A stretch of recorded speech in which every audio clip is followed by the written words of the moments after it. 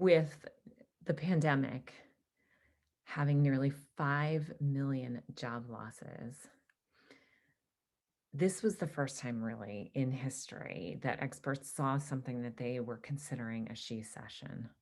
So we have, as women, made such incredible economic and gains just in our careers over the course of the last, how many years. And we've really seen this uptick in the positions that women are getting and the jobs that they're getting. But then the pandemic came. And as many of you know, you had to put on many different hats, right? You suddenly were doing more chores at home.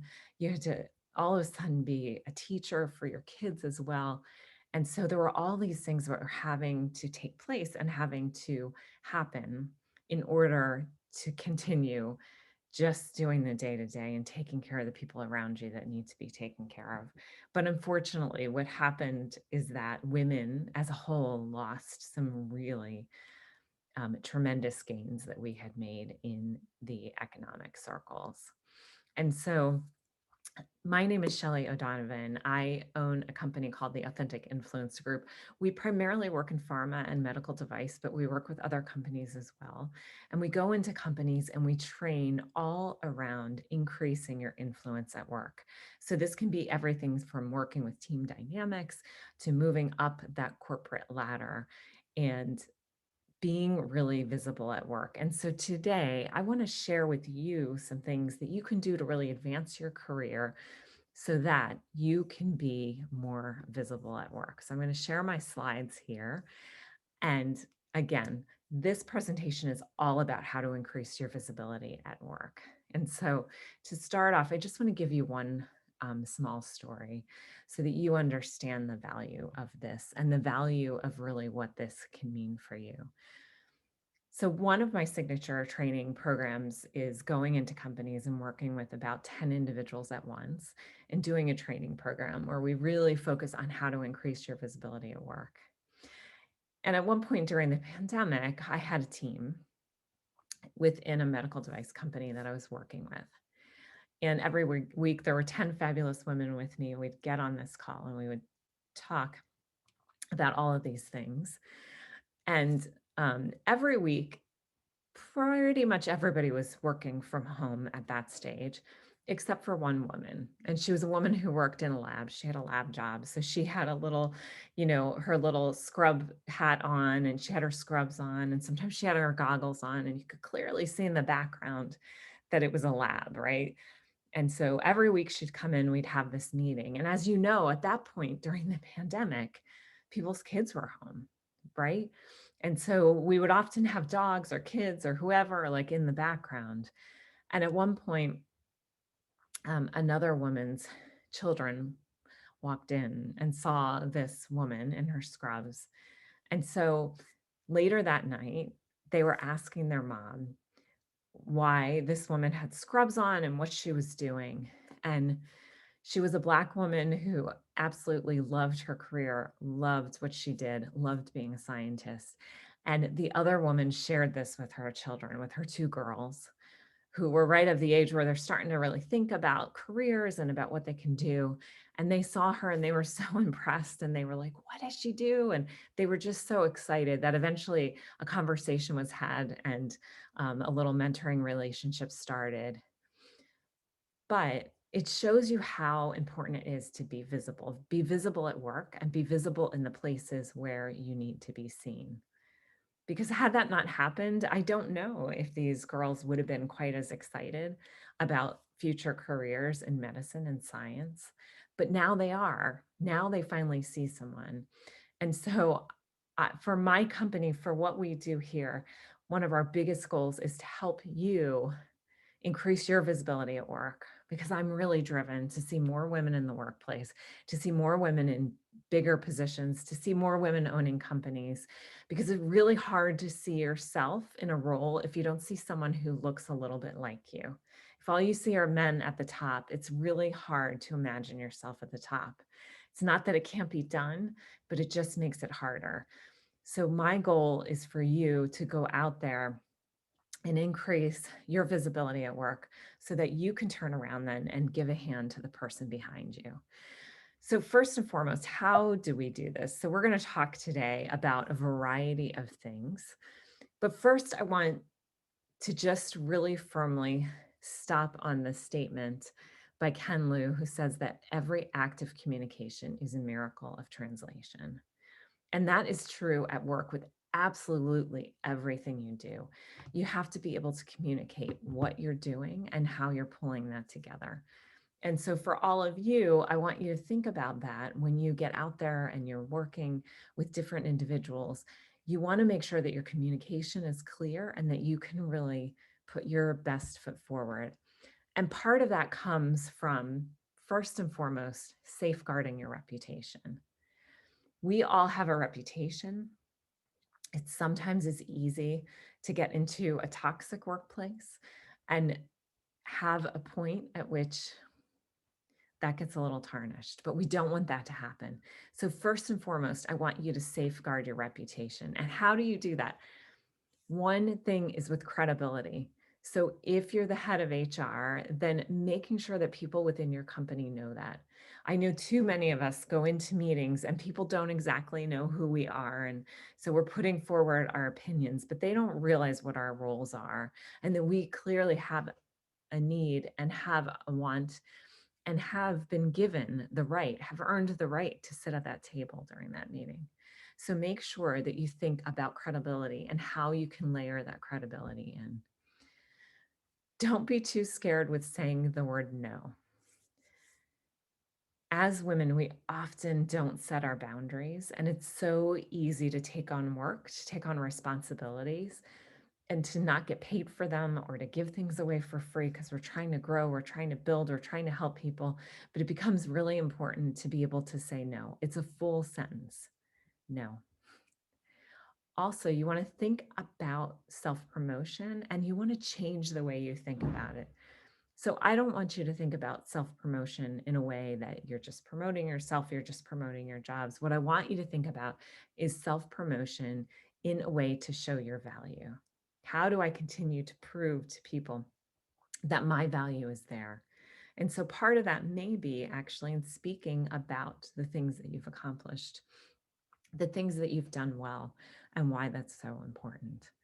Understanding your skills and your accomplishments. So knowing at your core what you're good at and why you're good at it, and being able to communicate that as well. And same with your accomplishments. It's too often that we accomplish a big task and we kind of throw it on the back burner and say, yeah, I did that one thing, whatever. But it actually took a lot of work to get there. And so it becomes really important to have those accomplishments and have them ready. Next, to share kudos, right? Share gratitude with others. If someone on your team does well, be the one that's going to toot their horn. There's research to suggest that actually, when we put forward an idea that's someone else's idea, if we give them credit and we really give them credit, we give them kudos for putting forward that idea, that actually it helps to increase our influence and it helps to increase our reputation. So that becomes really important as well. And then finally, becoming an expert. It doesn't take much to become an expert. It takes a lot of hard work, a lot of digging into something, but it's easy enough to do once you start doing it. It just takes some time. But again, just studying whatever it is that you want to be an expert at, just studying it constantly, being curious about that topic, about that subject, and really digging into it as well. And so those things alone are going to form a really nice guard around your reputation that's going to keep it intact and that is really going to safeguard it. You want to think about advancing. How are you going to advance in the company? And what does that mean for you? So, the first thing is really to take initiative.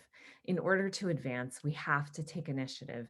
That means that you're looking for opportunities outside your department, you're looking for opportunities in different places, and you're ready to dig in and take hold of those opportunities. You want to think about sponsors and mentors. So typically, sponsors choose you while you might choose a mentor. But sponsors are important, and sponsors are this one thing that women have a really challenging time getting. And so start by building building a structure of mentors around you. And eventually, one of those will probably turn into a sponsor. That's the best way to do it. But women need to have sponsors. And if you're in a position where you can give sponsorship to another woman, then I highly recommend you do it because, again, none of this changes if we don't help each other. In order to advance as well, you need to educate yourself. It's so important that you continue to take hold of your development career. So I can't tell you how many clients come to me, and the reason that they come to me is that they can get the boilerplate template kind of training through their company, but they really want to take hold of their own development themselves, right? They want to work with somebody one-on-one. They want to have the ability to sit in a training session that they've directed themselves to, and they really want to be engaged. And boy, is it a game changer when somebody educates themselves versus just taking the typical corporate training that comes through, on your platform. So that becomes really important. Playing well with others does too. So how often have you been on a team where someone doesn't like to play well with others, right? They're always saying no, or they put roadblocks in the way. So that becomes important as well. And getting comfortable with being uncomfortable. So putting yourself out there and making sure that you're very comfortable with being able to do that. Exuding excellence at every turn, right? You have to be excellent within your position. It becomes really important. Again, to advance, you need to say no. So be careful about the places that you're put in. As women, we sometimes get tasked with things in the workplace that are not really part of our job.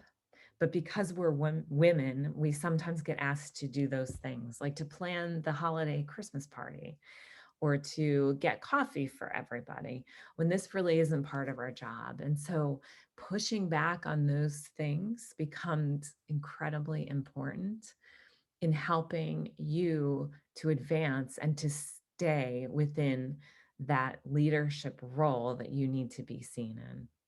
And then finally, considering jobs which aren't the typical things that you would normally consider. And that becomes really important as well. So I'm hearing more and more about this game of moving within companies and how it's not a linear approach anymore. It's not up and down. It is really this side by side, almost like a Tetris approach that people are taking. Because at the end of the day, you never know what's going to be the thing that's going to hook that job for you. So when I worked at GlaxoSmithKline, when I was first hired there, I had all the policy background to get the job. I had all the resume was there, but the one thing that really sold them on me was that I had done a program at Wharton around marketing. And it was the one differentiator between me and another candidate, as well as that they liked me. But they felt like I knew enough about marketing to engage on a regular basis with the marketing people, even though marketing was not really my core background. I had enough to be able to engage with them.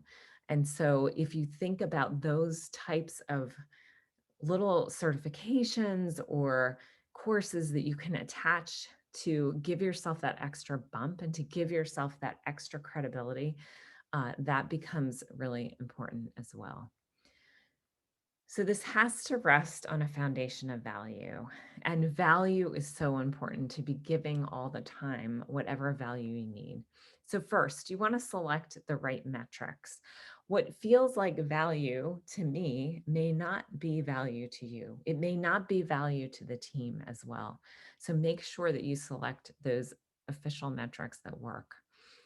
Think about building a narrative, right? What is the foundation of you? If you think about yourself as a CEO of one, even if you're in a corporate structure working, you want to think about, what does that look like, right? What's the narrative around me? What's my experience?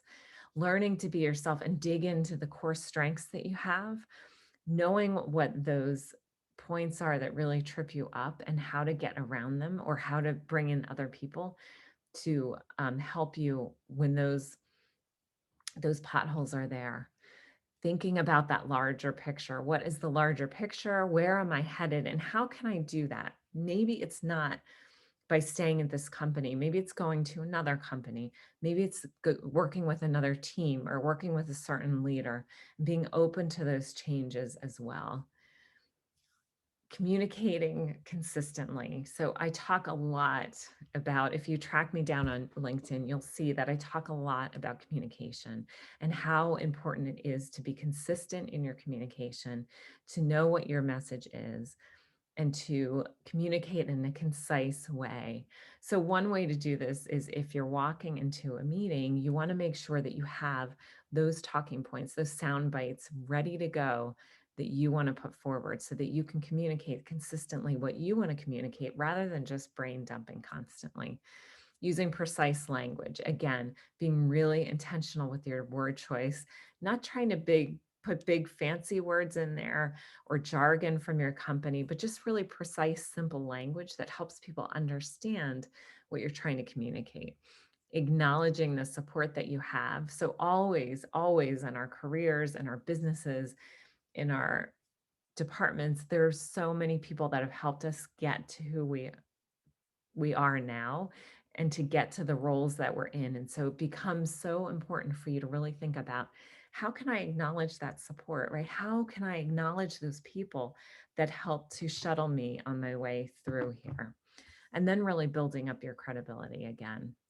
So always thinking about building that credibility. Is that being on time? Yes. Is it following through on what you say you're going to do? Yes. Is it making sure that your accolades are there, but not in a boastful way, but that people understand that the value that you bring is there? And how can you continue to really layer that into everything that you're doing? So think about how that value really works and how you're able to pull that forward as well. Then experiment. And I can't say this enough. We often get into our careers and we feel like, I can't experiment. I've got this job to do. I've got to stick to the job. But that's not going to help you move, right? That's not going to help you move up the corporate ladder. It's not going to help you move forward in your business either if you can't experiment. So, experiment with roles, right? Think about, what roles could I take here to help me really experiment? You want to experiment with different people. I just last week on LinkedIn put out a video on transformational leaders. And these are the people. Transformational leaders are fantastic. I worked for a transformational leader once, and there's someone who really looks for the inspiration in you. They look for what they can do to kind of release that inspiration and to help you motivate from really an internal perspective. So transformational leaders are really tough to find, but once you find them, they can make a huge impact in your career. However, I would also say that sometimes we get tough managers to work for, and that helps as well, because that gives us a chance to really experiment with, oh, I don't like this kind of person. We don't get along well. Oh, if I shift this, then I can give them what they need, and then we can actually work. So it's all a learning process, right? How do you work with people? How are you going to pull together to give that manager what they need? And so whether it's a transformational leader, whether it's someone who you'd rather not work for at the moment, knowing how to work with each of those individuals is only going to grow your career. You also want to experiment with projects. It doesn't matter if you're in a particular department, especially if you're in a big company. There's so much going on typically. And so many people are so short staffed that if you can pick up a small piece of something else from another project, it gets you known within the company, right? It gets you known with other people, and it can really make an impact on growing your career. You might want to experiment with different companies.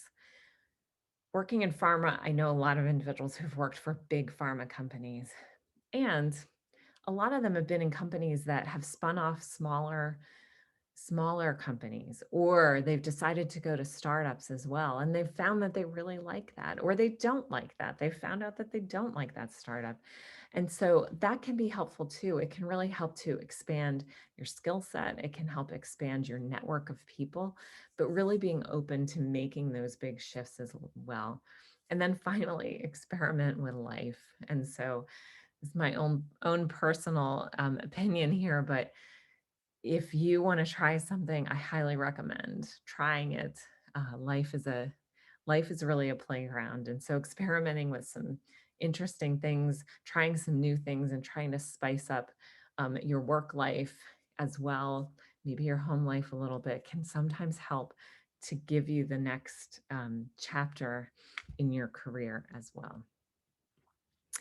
So, my name is Shelly O'Donovan again, and I'm with the Authentic Influence Group. And I just wanted to take this opportunity to thank you for coming to the presentation today. I want to leave you with one final story. So, it's so important to really be authentic to who you are. And one of the reasons it's important to be authentic to who you are is that it's only when you're really coming from that genuine place of who you are and being open to embracing new opportunities that you can really grow. So I'll give you a perfect example. I had a client recently, so at a medical device company, and she was struggling with some of these things. We talked about some of these things in training, and she was like, "Oh, I don't know if I want to try the no."